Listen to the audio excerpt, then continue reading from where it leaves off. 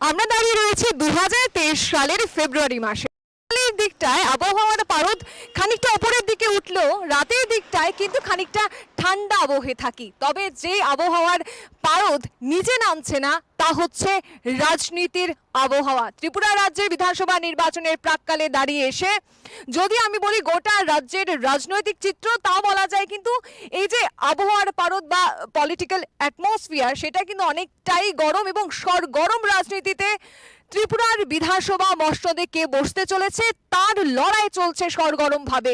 কে বসবে ত্রিপুরা বিধানসভা নির্বাচনে জয়ী হয়ে ত্রিপুরার বাসীর জন্য কাজ করবে কারা, সেটা কিন্তু একটা বড় প্রশ্ন। সেটা আমরা জানবো 2রা মার্চ সড়ক প্রচারের শেষ দিনে এসেও বলা যায় প্রত্যেকটা রাজনৈতিক দল এক চুল বলা যায় ময়দান ছাড়তেও কিন্তু তারা রাজি নয়।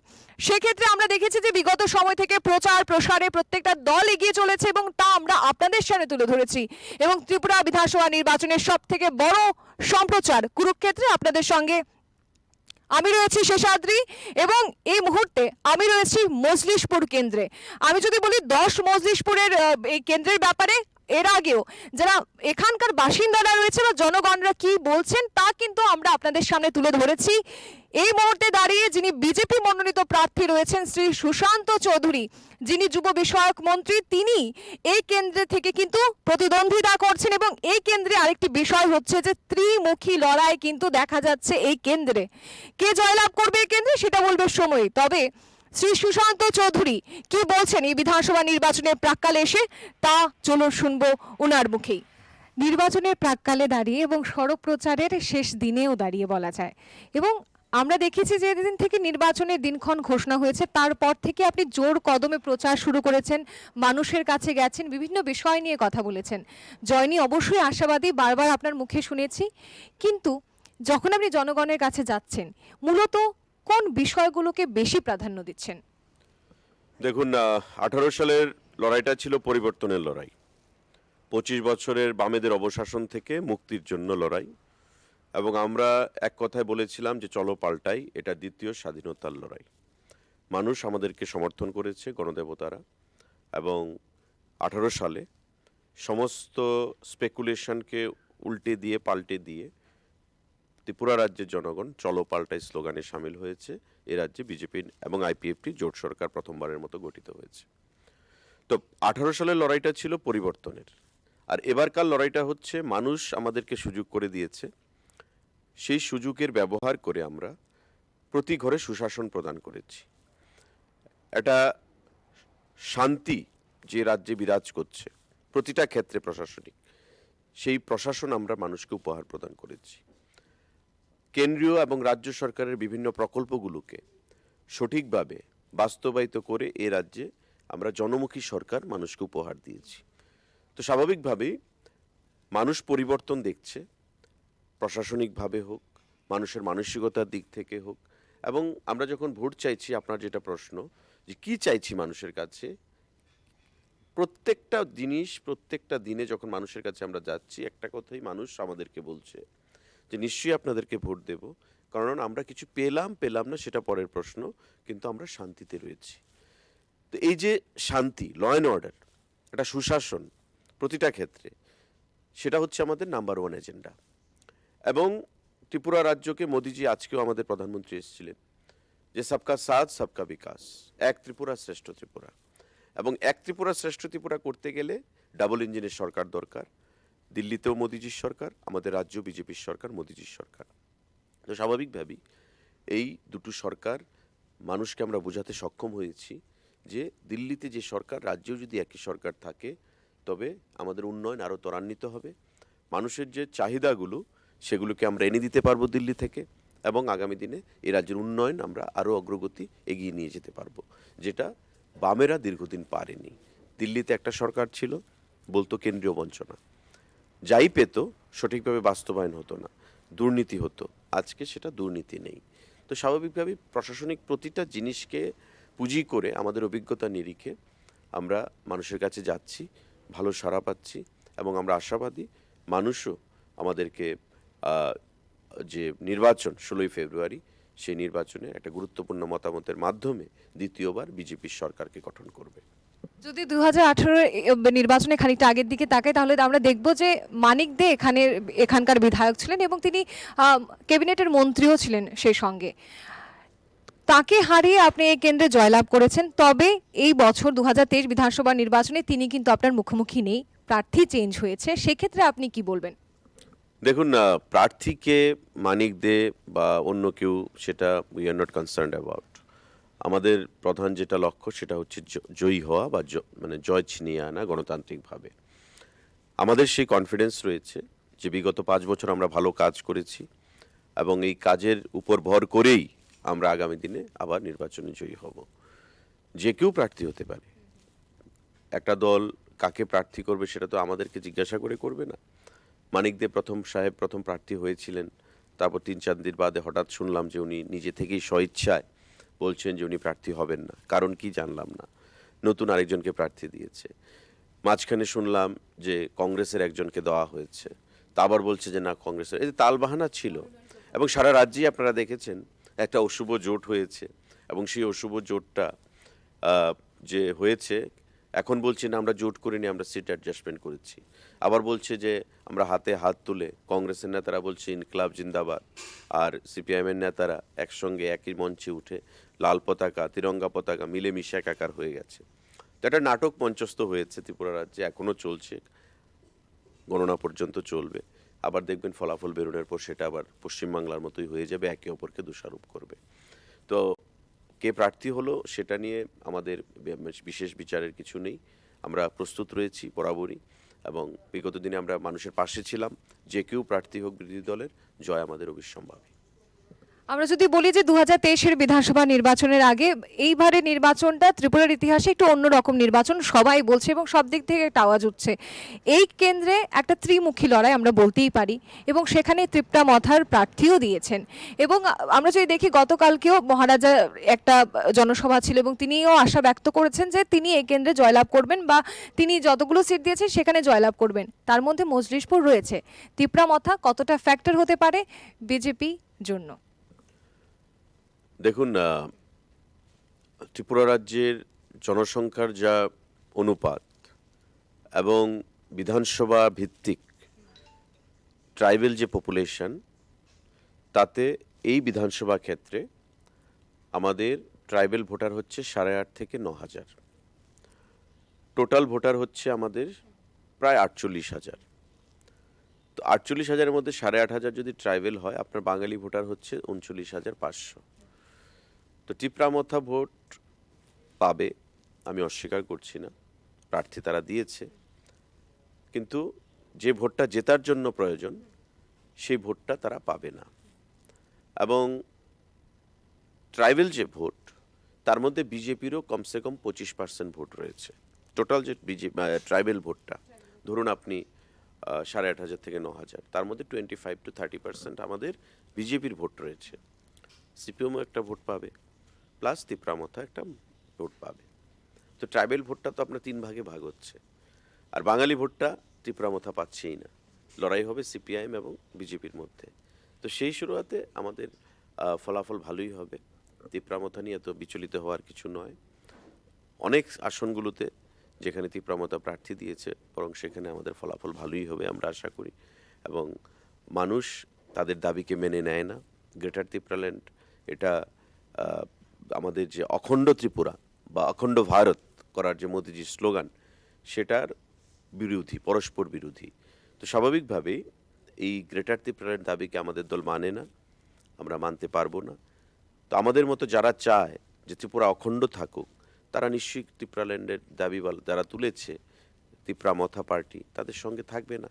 সব ট্রাইবেলই ত্রিপ্রামথা এমন ভাবলে ভুল হবে। সব ট্রাইবেলই রাজ্যভাগের পক্ষে এমন ভাবলে ভুল হবে। আমাদের মোদিজি বলেছেন, আমাদের স্বরাষ্ট্রমন্ত্রী অমিত ভাই শাহ বলেছেন যে তোমার অর্থ লাগে অর্থ নিয়ে যাও, তোমার মেডিকেল কলেজ লাগে মেডিকেল কলেজ নিয়ে যাও, তোমার ইঞ্জিনিয়ারিং কলেজ চাই ইঞ্জিনিয়ারিং কলেজ নিয়ে যাও, আর উন্নয়ন করো, ছেলে মেয়েদেরকে সুশিক্ষিত করো। কিন্তু আজকের দিনে উন্নয়ন যেখানে হচ্ছে রাজনৈতিক ইস্যু, সেখানে গ্রেটার ত্রিপুরাল্যান্ড কোনো ইস্যু হতে পারে না। তো স্বাভাবিকভাবেই একটা ভালো অংশের ট্রাইবেলরাও আমাদের সঙ্গে রয়েছে এবং আমরা আশা করব পাহাড়ি বাঙালি প্রত্যেকের ভোটের মাধ্যমেই আমাদের এই ফলাফল হবে এবং আমরা ভালো ফলাফল করে দ্বিতীয়বার বিজেপির নেতৃত্বে সরকার গঠন করব। আপনি আমি যদি বলি যে যুব বিষয়ক মন্ত্রী, এবং এই বিষয়টা নিয়ে আপনি বারবার কথা বলেছেন এবং যুবকদের জন্য বিভিন্ন ক্লাবে খেলার সামগ্রী থেকে শুরু করে এই বলা যায় বিজেপি আইপিএফটি জোট সরকার অনেকটা বলা যায় যে তৎপরতার সঙ্গে কাজ করে চলেছে। আপনার কেন্দ্রে যারা যারা যুবকরা রয়েছেন, বা বলা যায় যে যুবকরাই আগামীর ভবিষ্যৎ, সেই জায়গায় দাঁড়িয়ে যারা আপনার কেন্দ্রে যুবকরা রয়েছেন তাদের ভোটটা কতটা কালেক্ট করতে পারেন? কারণ তাদের মধ্যে একটা মানসিকতা থাকে যে সব কিছু বিচার করে তারপরই আমার মূল্যবান ভোট আমি প্রয়োগ করব। দেখুন, যুব সমাজ আজকে আমাদের সম্মানিত প্রধানমন্ত্রী বলেছেন যে ভারতবর্ষ, ত্রিপুরাতে নয় সারা দেশেই যুব সমাজের ভোটটা বিজেপির পক্ষে রয়েছে, অধিকাংশ ভোট। মহিলাদের ভোটটা বিজেপির পক্ষে রয়েছে। কারণ যুবকরা, আজকের যুবকরা প্রত্যেকের হাতে আইফোন থাকে, অ্যান্ড্রয়েড থাকে। গুগলে গিয়ে তারা আপনি বললে আমি বললে বিশ্বাস করবে না। তারা নিজেরা যতক্ষণ না নিজেকে স্যাটিসফাই করতে পারছে কতটা কতটুকু সঠিক, গুগলে গিয়ে তারা সার্চ করবে। তো আপনার ফিঙ্গার টিপসের মধ্যে সমগ্র পৃথিবীটা চলে এসছে গুগলের মাধ্যমে। তো তারা বিচার করে বিশ্লেষণ করে ভোট প্রদান করে। তো তারা দেখেছে নিশ্চয়ই যে কমিউনিজম বা কমিউনিস্ট পার্টি তারা ভারতবর্ষে বা ত্রিপুরা রাজ্যে প্রকৃতভাবে উন্নয়ন করতে পারবে না, বা বিগত দিনে পারেনি। তো স্বাভাবিকভাবেই কমিউনিস্টকে সমর্থন করার কোনো বিষয়ই আসে না। আসুন এবার বিজেপি দল, সারা পৃথিবীর মধ্যে বিজেপি দল বা আমাদের প্রধানমন্ত্রী নরেন্দ্র মোদীজি ভারতবর্ষের রাজনীতিকে এমন একটা জায়গায় নিয়ে গেছেন যে বিশ্বের মধ্যে আজকে ভারতবর্ষকে শ্রদ্ধার সঙ্গে স্মরণ করা হয়। রাজনীতির ক্ষেত্রে বিশ্বের রাষ্ট্রনায়কদের মধ্যে অন্যতম হয়ে গেছেন নরেন্দ্র মোদীজি। তো স্বাভাবিকভাবেই আজকে ইন্টারন্যাশনাল ইস্যু বলুন, আমাদের রাষ্ট্রসংঘের সভাপতিত্ব বলুন, মোদিজি সেখানে চেয়ারম্যানের আসন অলঙ্কৃত করছেন। আমাদের ইউক্রেনের যুদ্ধে ভারতবর্ষের ছাত্রদেরকে কিভাবে বের করে এনেছেন, কারণ ছাত্ররাও তো যুব সমাজ, সেখানে যারা পড়াশোনা করে 22,000 স্টুডেন্ট যুব সমাজকে ইউক্রেনের এবং রাশিয়ার যুদ্ধে যারা আটকে পড়েছিল সেখানে তাদেরকে মোদিজি বের করে এনেছেন। তো এটা সারা বিশ্বে, সারা দেশে যুবকদের মনকে আন্দোলিত করেছে। পাশাপাশি make in India, made in India, আত্মনির্ভর ভারত, কোভিডকে যেভাবে উনি মোকাবিলা করেছেন, ট্যাকেল করেছেন, সমগ্র দিক থেকে বিচার করে বিশ্লেষণ করে আজকে একটা জায়গায় উপনীত হওয়া যায় যে যুব সমাজ অন্যান্য দলের থেকে ভারতীয় জনতা পার্টিকেই প্রেফার করে এবং পছন্দের তালিকায় 1 নম্বরে ভারতীয় জনতা পার্টি রয়েছে।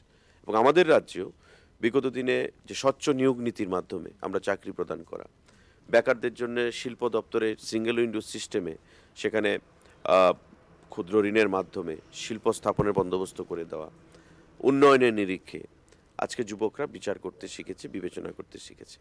বন্ধা রাজনৈতিক চিন্তাভাবনা থেকে বেরিয়ে এসে ভারতীয় জনতা পার্টির যে বিকাশমুখী সরকার বা চিন্তাধারা, সে বিষয়ে তারা অবগত আছেন। তো যুবকদের সঙ্গে আমাদের আলোচনা হচ্ছে, কথা হচ্ছে। তারা একটা কথাই বারবার বলেন যে আমরা পদ্ম ফুলের সঙ্গে রয়েছি, কারণ we can see the change is very much visible. যে চেঞ্জ বিগত 5 বছরে এসছে, যেটা 25 বছর ছিল না। সুতরাং সময় দিতে হবে। 2 বছর কোভিড ছিল, 3 বছর কাজের সুযোগ ছিল। তারপরও বিজেপি সরকার যেটা করেছে ত্রিপুরা রাজ্যে, সেটা মর্নিং শোজ দ্য ডে, আগামী দিনেও করার মানসিকতা রয়েছে। তো যুবকদের আমাদের বিশ্বাস যে যুবকদের আশীর্বাদ বা যুবকদের যে ভরসা, সেটা হচ্ছে ভারতীয় জনতা পার্টি, এবং সেটা এবারকার নির্বাচনেও ভারী মাত্রায় প্রতিফলিত হবে ভোটের মাধ্যমে। আপনি যদি এই কেন্দ্রে জয়লাভ করে আবার পুনরায় ক্ষমতায় আসেন, তাহলে কোন কাজটাতে প্রথম হাত দেবেন, বা কোন কাজটা বলা যায় যে সবার আগে আপনি দেখবেন যে এই কাজটা আমার করা দরকার? দেখুন, আমাদের সংকল্পপত্র প্রকাশিত হয়েছে। সেই সংকল্পপত্রে আমরা কি বলেছি যে আমরা মেয়েরা যারা জন্মগ্রহণ করবে তাদেরকে 50,000 টাকা ফিক্সড ডিপোজিট করে দেওয়া হবে। মায়েদের 2টো সিলিন্ডার ফ্রি দেওয়া হবে। আমাদের স্কুটি প্রদান করা হবে, মোবাইল প্রদান করা হবে ছাত্রছাত্রীদেরকে। সংকল্পপত্রে যে জিনিসগুলো, কিষাণ সম্মান নিধি, কেন্দ্রীয় সরকার 6,000 টাকা দিচ্ছে, রাজ্য সরকার আরও 2,000 টাকা বৃদ্ধি করে 8,000 টাকা করবে। তো এমন যে প্রায়োরিটি ওয়ার্কগুলো সংকল্পপত্র অনুযায়ী, সেগুলিকে সঠিকভাবে বাস্তবায়ন করা। বিগত দিনে যতটুকু আমি কাজ করার সুযোগ পেয়েছি বিধায়ক হিসেবে এবং মন্ত্রী হিসেবে, বিগত দিনে এই মোহনপুর এলাকায় ল কলেজ স্থাপিত হয়েছে, জিরানিয়া মহকুমা হাসপাতালে সার্ভিস চালু হয়েছে, ডিডাব্লিউএস ডিপার্টমেন্টে পানীয় জল স্বাস্থ্য বিধান দপ্তরে নতুন ডিভিশন অফিস চালু হয়েছে, আরডির নতুন ডিভিশন চালু হয়েছে, ক্রীড়াক্ষেত্রে ওপেন জিম হয়েছে, 5 কোটি টাকা ব্যয়ে এসএন কলোনিতে আপনার সিনথেটিক অ্যাস্ট্রোটার্ফ ফুটবলের তৈরি করা হয়েছে। আমাদের রানীর বাজার পৌর পরিষদে ছোট বড় মিলিয়ে প্রায় 110খানা সিসি রোড হয়েছে, জিরানিয়া নগর পঞ্চায়েতে প্রায় 40খানার উপর সিসি রোড হয়েছে, পঞ্চায়েতগুলোতে পেভার্স ব্লক বসিয়ে রাস্তাঘাট, পানীয় জল, বিদ্যুৎ, এগুলো তো দেখুন নিত্যদিনের মানুষের চাহিদা, সেগুলোকে পূরণ করা এবং মানুষের পাশে থেকে মানুষের সুখে দুঃখে সার্ভিস প্রোভাইড করা, সেটা হচ্ছে আমাদের বা আমাদের দলের বা আমার ব্যক্তিগতভাবে প্রধান প্রায়োরিটি, প্রধান কর্তব্য, এবং এটা আমি বিগত 5 বছর করেছি। তাই মোটামুটি প্রত্যেক জায়গায় মানুষ একটা কথা বলতে চাইছে যে বিধায়কের বিরুদ্ধে আমাদের কোনো ক্ষোভ নেই এবং আমরা এই বিধায়ককে আবার পুনরায় চাই। তো এটা আমার কাছে বিশাল প্রাপ্তি, কারণ বিধায়ক হিসেবে প্রত্যেক বিধায়কই চাইবে যে তার বিধানসভায় যেন কোনো অ্যান্টি ইনকামবেন্সি না থাকে তার বিরুদ্ধে অন্তত। তো সেটা বিভিন্ন সার্ভেতে এটাই প্রতিফলিত হচ্ছে যে এই মজলিশপুর বিধানসভা কেন্দ্র সেটা রয়েছে। তারপরেও গণদেবতারাই শেষ কথা বলবে, গণতন্ত্রে তারাই ধারক বাহক আমরা বিশ্বাস করি, এবং 16 তারিখ তাদের যা রায় হবে আমরা মাথা পেতে নেব, কিন্তু মানুষের পাশে থেকে বিগত দিনেও কাজ করেছি, আগামী দিনেও মানুষের পাশে থেকে কাজ করব। ছোট করে একটা বিষয় জানবো, যেহেতু আপনি সংকল্প পত্রের ব্যাপারে বলছিলেন, আমরা যদি 2018 দিকে তাকাই তাহলে আপনাদের ভিশন ডকুমেন্ট আপনারা বলছেন যে 90%ই কাজ হয়ে গেছে, এবং সেক্ষেত্রে বিরোধীরা যেটা বলছে যে 90% কাজ হয়নি বা একটা বিরাট অংশ বাকি রয়েছে, আপনারা সেই প্রতিশ্রুতি মোতাবেক কাজ করতে পারেননি, চাকরির ক্ষেত্রেও আপনারা ততটা নিয়োগ দিতে পারেননি। বিরোধীদের বলা যায় যে এবার প্রধান প্রধান হাতিয়ারই বানাচ্ছে তারা আপনাদের সেই 2018 সালের ভিশন ডকুমেন্টকে, সে বিষয়ে কি বলবেন? দেখুন, বিরোধীরা হচ্ছে তারা তো জেগে ঘুমায়, আর একটা কথা বলে যে ইংরাজিতে everything looks yellow in a jaundice I, যার জন্ডিস হয় তার সমস্ত কিছু হলুদি লাগে, উন্নয়ন তারা দেখতে পায় না, নেগেটিভিটি তাদের মধ্যে সবসময় ক্রিয়া করে, কিভাবে কোনো পজিটিভ জিনিসটাকে নেগেটিভ করা যায়। আমরা ভিশন ডকুমেন্টে বলেছিলাম 50,000 কর্মসংস্থান দেব, চাকরি দেব বলিনি। চাকরি আর কর্মসংস্থান এক নয়। চাকরি মানে সরকারি চাকরি বোঝায়, কর্মসংস্থান মানে একটা যদি আপনি অটো পারমিট প্রদান করেন একটা বেকার যুবককে, তাকে কর্মসংস্থান দিচ্ছেন, আমরা সে কথা বলেছি। আপনি যদি একটা লোন প্রদান করেন সেটা আপনি কর্মসংস্থান দিচ্ছেন। তো প্রতিটি ক্ষেত্রে একটা জিনিসকে মিসইন্টারপ্রেট করা বা ভুলভাবে মানুষের কাছে ব্যাখ্যা দেওয়া, এটা কমিউনিস্ট পার্টি বা সিপিআইএম ভালো করেই জানে এবং তারা সেটা করছে। তো এটা করে লাভ হবে না, মানুষ তাদেরকে প্রত্যাখ্যান করবে। আর বাকি যে জিনিসগুলো 90% হয়েছে বা 80% হয়েছে না 100% হয়েছে সে বিষয়ে আমি যেতে চাইবো না। আমরা প্রধান যে প্রতিশ্রুতিগুলো ছিল সেগুলো আমরা পূরণ করেছি। প্রধান প্রতিশ্রুতির মধ্যে ছিল 2000 টাকা ভাতা, এটা আমরা প্রদান করেছি। প্রধান প্রতিশ্রুতির মধ্যে ছিল স্বচ্ছ প্রশাসন, আজকে আইনের শাসন রয়েছে ত্রিপুরা রাজ্যে। বাড়ি বাড়ি পানীয় জল 2%, 2.5% থেকে আমরা শুরু করেছি, আজকে আমরা 60% অলমোস্ট ক্রস হয়ে গেছে। আমাদের রাস্তাঘাট দেখুন, একটা ন্যাশনাল হাইওয়ে ছিল, আজকে 8খানা 9খানা ন্যাশনাল হাইওয়ে হয়েছে দিল্লির কেন্দ্রীয় সরকারের আশীর্বাদে। আমাদের এক্সপ্রেস ট্রেন চালু হয়েছে, রাজধানী থেকে শুরু করে, কিষান রেল থেকে শুরু করে, কাঞ্চনজঙ্ঘা থেকে শুরু করে, শিলচর এক্সপ্রেস থেকে শুরু করে, দেওঘর এক্সপ্রেস থেকে শুরু করে, হামসফর এক্সপ্রেস, প্রতিটি ক্ষেত্রে বিমান পরিষেবা। মোদিজি বলেছিলেন হীরা মডেল, হাইওয়েজ, এয়ারওয়েজ, রোডওয়েজ, আমাদের ইন্টারনেট, প্রতিটা ক্ষেত্রে আজকে আমরা সাকসেসফুল, সফলতা এসছে। তো ধীরে ধীরে আমি তো বলেছি যে কম্পেয়ার টু 25 ইয়ার্স, আপনার 5 বছর যার মধ্যে 2 বছর কোভিড ছিল, সেই জিনিসটা আপনি কম্পেয়ার করতে পারেন না। তো আমরা স্কাইজ দ্য লিমিট, সামনের দিকে এগিয়ে যেতে হবে এবং সেটাকে করতে গিয়ে দ্বিতীয়বার বিজেপির সরকার গঠন করার জন্য আমরা মানুষের কাছে আহ্বান জানাচ্ছি। এটা দেখাই যাবে যে ২রা মার্চ ভোটের বাক্সে কি হয়। তার আগে যদি আমি খানিকটা বলি যে ১৬ই ফেব্রুয়ারি গণতন্ত্রের সবথেকে বড় উৎসব ভোট, এবং ভোটকে কেন্দ্র করেও বিরোধী দলের বিভিন্ন অভিযোগ রয়েছে যে ভোটাররা যারা রয়েছে তারা বাড়ি থেকে এই যে ভোট কেন্দ্রে যাবে সেখানেই ভয় ভীতি সন্ত্রাস ইত্যাদি ইত্যাদির বিষয় রয়েছে। বা আমি যদি মানে বিগত নির্বাচনগুলোর দিকে দেখি, পৌরসভা নির্বাচন বা লোকসভা নির্বাচন, তাদের একটা অভিযোগ ছিল যে ভোটাররা তাদের মতামত বা ভোট সঠিকভাবে প্রয়োগ করতে পারেননি। সেই জায়গায় দাঁড়িয়ে ভোটারদের উদ্দেশ্যে আপনি কি বলবেন? দেখুন, এটা তো নির্বাচন ঘোষণা হওয়ার আগে থেকেই আমরা শুনছি যে প্রচার করা যাচ্ছে না, প্রচার করা যাবে না। প্রচার নিয়ে কোথাও কোনো ব্যাঘাত ঘটেছে আপনি শুনেছেন? বড় ধরনের কোনো ঘটনা ঘটেছে আপনারা শুনেছেন? বা কোনো খুন সন্ত্রাস সংঘটিত হয়েছে আপনারা শুনেছেন? কোথাও হয়নি। নির্বাচন কমিশন আশ্বস্ত করেছে যে ফ্রি অ্যান্ড ফেয়ার ইলেকশন হবে।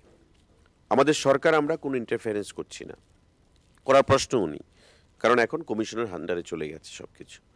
সেই জায়গায় ফ্রি অ্যান্ড ফেয়ার ইলেকশন করানোর জন্য যা ব্যবস্থা নেওয়া দরকার কমিশন থেকে সে ব্যবস্থা গ্রহণ করা হচ্ছে, এবং আমরা তাদেরকে কোঅপারেট করছি প্রতিটি ক্ষেত্রে। আজকে ফ্রি অ্যান্ড ফেয়ার ইলেকশন হবে না, এই অ্যাপ্রিহেনশন বা এই ধরনের ডাউট যদি থাকে, তবে আমি মনে করি যে ইলেকশন কমিশন অফ ইন্ডিয়ার প্রতি আঙুল তোলা হচ্ছে। তবে 25 বছর সিপিআইএম প্রহসন করেই নির্বাচনে জয়ী হতো। যদি কমিশনের এখতিয়ারকে বা অ্যাক্টিভিটিসকে তারা সন্দেহের চোখে দেখে, তবে এটা খুব আনফর্চুনেট, আনডেমোক্রেটিক, এবং গণতন্ত্রে তাদের বিশ্বাস নেই। এটাই আবার বারবার তারা প্রমাণ করতে চাইছে। কোথাও খুন নেই, সন্ত্রাস নেই, সুন্দর পরিবেশে নির্বাচন হচ্ছে, বিরোধী দলরা প্রচার করার সুযোগ পাচ্ছে, শাসক দল প্রচার করছে, স্কোয়াডিং হচ্ছে, মিটিং হচ্ছে, বাইরের থেকে নেতৃত্বরা আসছে, স্টার ক্যাম্পেনাররা। তো প্রবলেমটা কোথায়?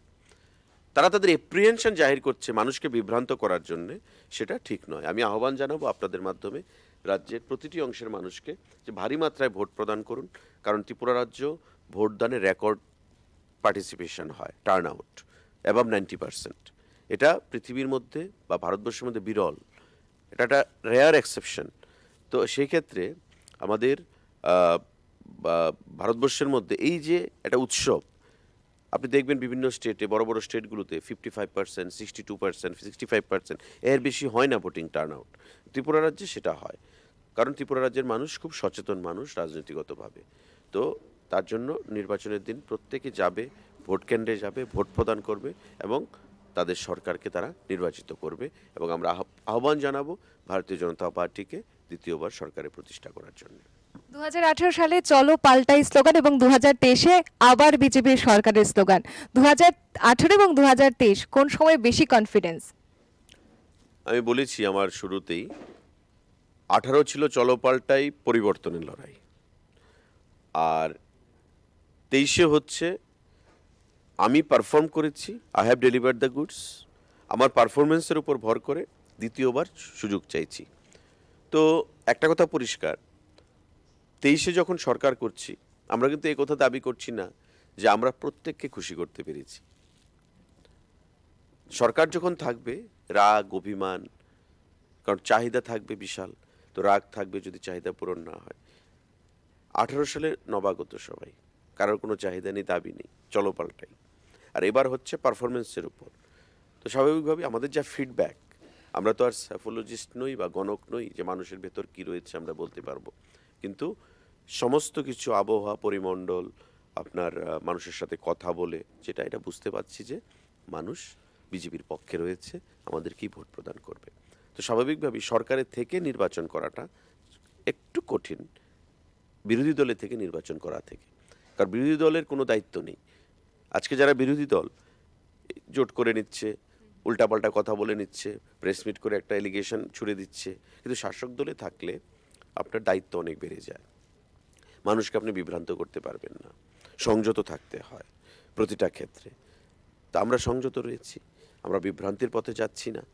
তো স্বাভাবিকভাবেই 5 বছরে অনেক মানুষ যেমন সুযোগ পেয়েছে, আবার একটা স্মল মার্জিন বা নেগলিজেবল মার্জিন তারা হয়তো তাদের চাহিদা মতো পায়নি, রাগ অভিমান করে আছে। তো ওভারঅল ক্ষমতায় থেকে লড়াই করাটা চ্যালেঞ্জিং, বিরোধী দলের থেকে লড়াই করাটা আমার মনে হয় একটু আপনি smooth। যেখানে রাগ অভিমানের কথা বলেছেন, 10,323 নিয়ে আপনার মুখে শোনা যাচ্ছিল যে তাদের দায়ভার আমাদের নয়। যে জায়গায় আমরা বারবার শুনেছি যে তাদের পক্ষ থেকে একটা অভিযোগ ছিল এবং প্রতিশ্রুতি মোতাবেক তাদের কথা মতো যে আপনারা বলেছিলেন যে আপনারা ক্ষমতায় এলে তাদের চাকরি আপনারা ফিরিয়ে দেবেন, সেই জায়গায় দাঁড়িয়ে আপনারা কোনো স্পষ্টীকরণ দেননি, তাদের দায়ভারও গ্রহণ করছেন না এবং তারা স্লোগান তুলছে যে আমরা বিজেপিকে সাপোর্ট করব না, আমরা আদার্স বিরোধী পার্টিগুলোকে আমরা সাপোর্ট করব। সেই জায়গায় দাঁড়িয়ে যে ভোটটা তাদের দিকে যাচ্ছে বা ভোট তাদের হয়ে অন্যদের হয়ে আপিল করছে, সেই জায়গায় আপনি কি বলবেন? অ্যাকচুয়ালি তারা হচ্ছে রাজনীতির শিকার। আমরাও মনে প্রাণে চেয়েছি, আমি ব্যক্তিগতভাবে চাই তাদের সমস্যার সমাধান হোক, এবং এখনও বলছি যে আমরা পাশে রয়েছি। কিন্তু 10,330-এর দায়িত্ব তো আমাদের ছিল না বা থাকার কথা নয়। তদানীন্তন সিপিআইএম সরকার তার জন্য সম্পূর্ণরূপে দায়ী, এবং তদানীন্তন মুখ্যমন্ত্রী মানিক সরকার উনি এখন বলছেন ওদের মিছিল মিটিংয়ে গিয়ে যে পাশে রয়েছি, কিন্তু যখন মুখ্যমন্ত্রী ছিলেন ওদের সঙ্গে দেখা পর্যন্ত করতে চাননি। এই সরকার এখন বলছে যে আমরা সরকারে এলে তাদেরকে চাকরি ফিরিয়ে দেব। কি করে ফিরিয়ে দেবেন? What is the way out? বলুন আমাদেরকে। সুপ্রিম কোর্ট পরিষ্কার বলেছে যে কোনো অবস্থাতেই তারা শিক্ষাক্ষেত্রে চাকরি কন্টিনিউ করতে পারবে না। শিক্ষাক্ষেত্রে টেট বাধ্যতামূলক।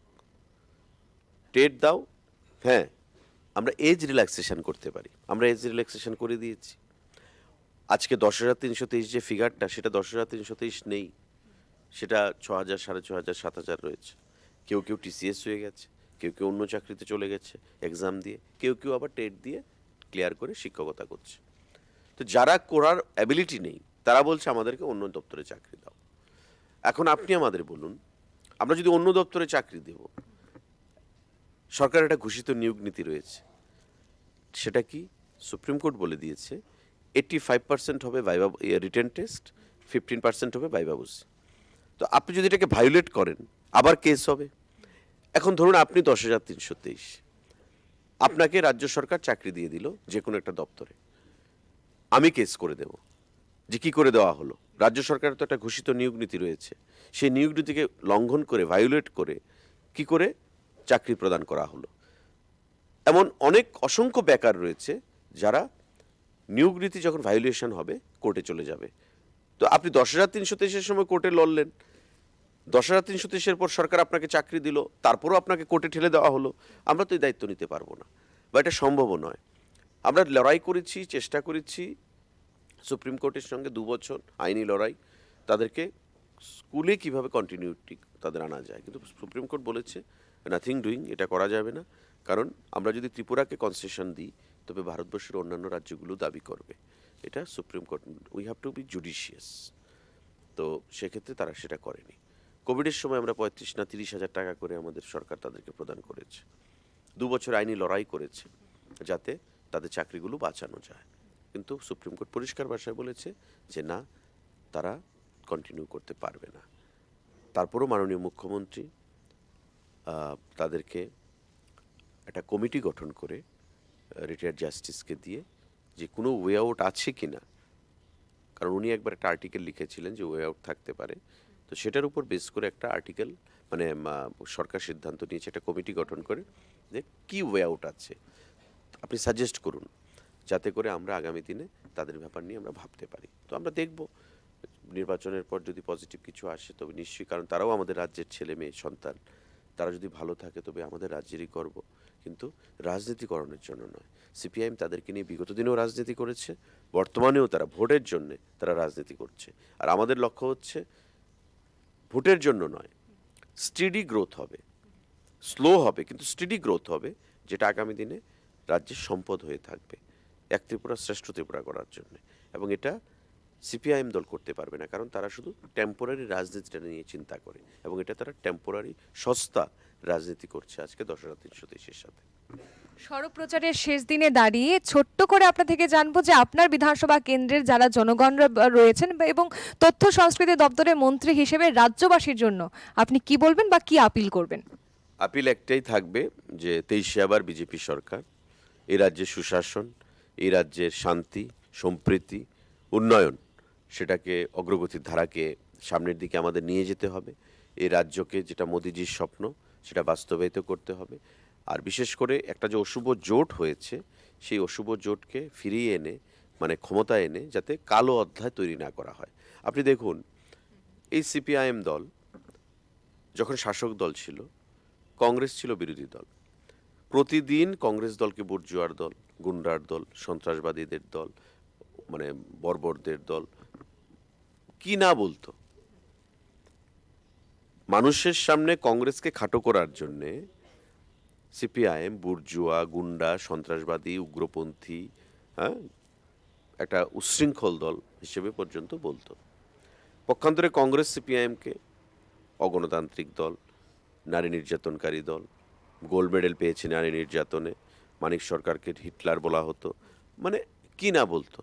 এবং একটা সময় আজকে যারা তথাকথিত কংগ্রেসি নেতারা রয়েছেন সিপিআইএম এর সঙ্গে জোটে, যারা হোতা এই জোটের, তারা বলতেন কি সিপিআইএমকে পরাজিত করতে প্রয়োজনে ধর্ম বিসর্জন দেব, তবু সিপিআইএমকে পরাজিত করব।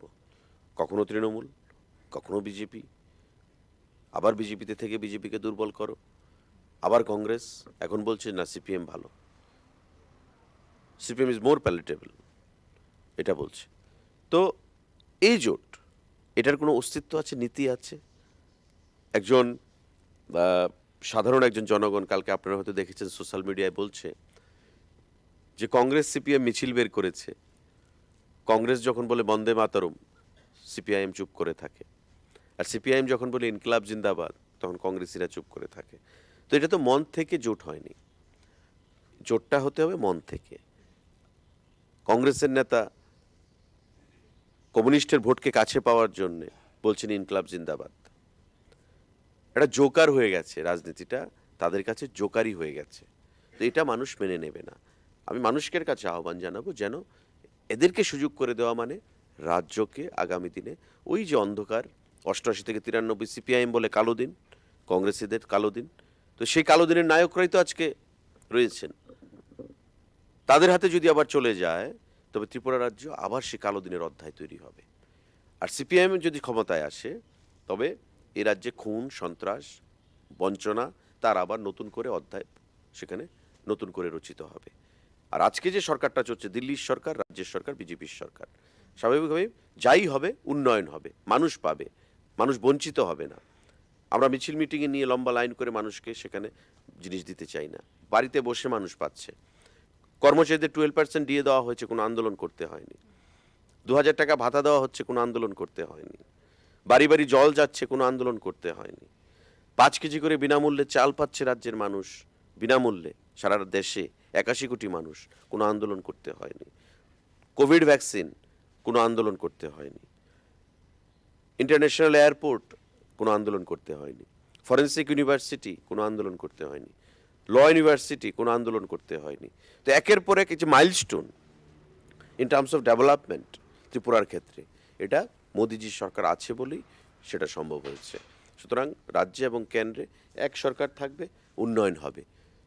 স্পিড এবং বাউন্স যেটা এসছে, এই সরকারকে যদি ফেলার চেষ্টা করা হয়, ওই সুবিধাবাদী এবং যারা আনহোলি অ্যালায়েন্স একটা করেছে, অশুভ জোট, তাদের কাছে যদি যায়, এ রাজ্যে খুন, সন্ত্রাস, অশান্তির বাতাবরণ তৈরি হবে, শান্তির পরিবেশ নষ্ট হবে।